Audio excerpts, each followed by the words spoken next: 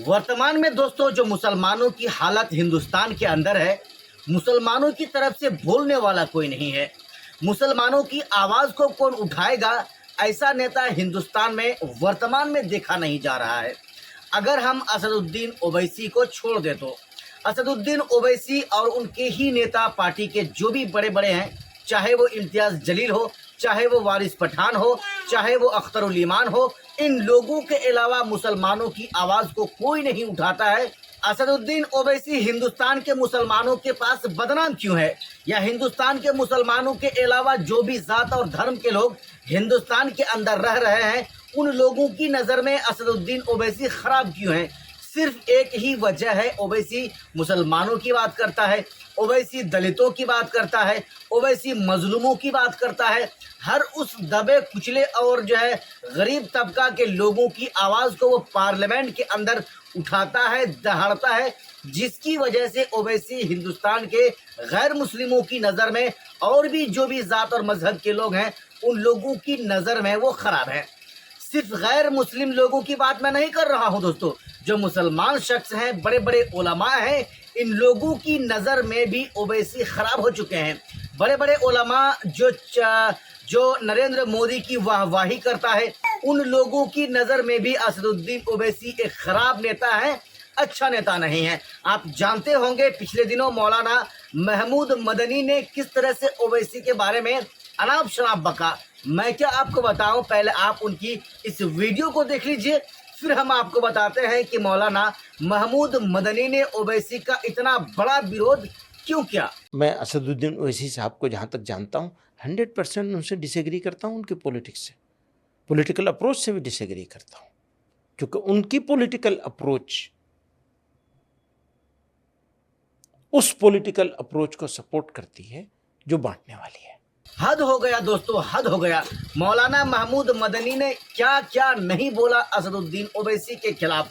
उन्होंने ये कहा कि ओवैसी की राजनीति अच्छी राजनीति नहीं है, ओवैसी की राजनीति भड़काऊ वाली राजनीति है, ओवैसी की राजनीति हिंदू मुस्लिम करने वाली राजनीति है।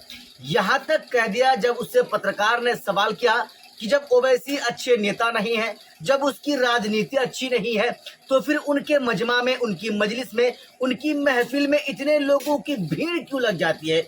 उसके जवाब में मौलाना महमूद मदनी ने कहा कि उनके जो है भीड़ जो लगती है, ये बेवकूफ़ लोगों की भीड़ है, ये पागलों की भीड़ है, इन लोगों को कोई समझ नहीं आता है, इसीलिए ये लोग ओवैसी के मजमे में जाकर हाजिर हो जाते हैं, शामिल हो जाते हैं। दोस्तों, बहुत बातें हैं जो मौलाना महमूद मदनी ने असदुद्दीन ओवैसी साहब के लिए कहा है।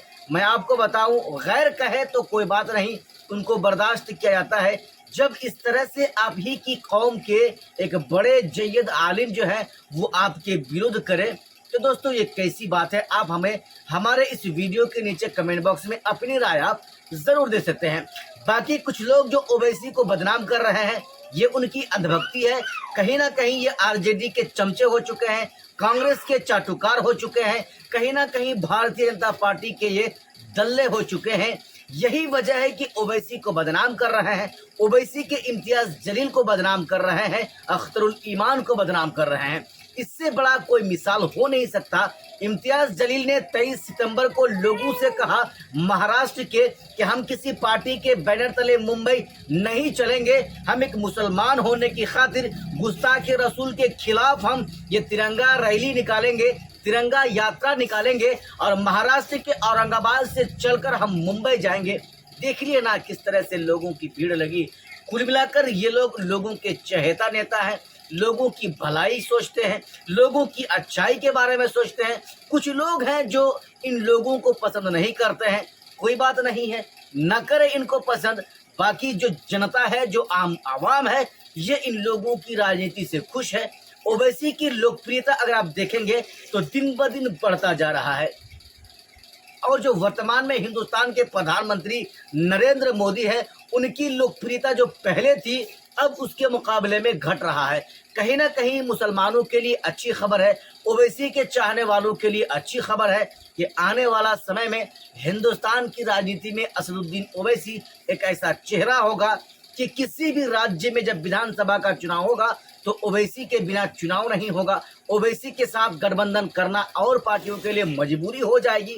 अगर आप ओवैसी का साथ देंगे, अगर मुसलमान ओवैसी को समझ जाएंगे, मुसलमान खुलकर जब ओवैसी को वोट करने लगेंगे। बाकी दोस्तों, आपने हमारा इस पूरा वीडियो को देखा, देखने के लिए आपका बहुत बहुत धन्यवाद। जय हिंद।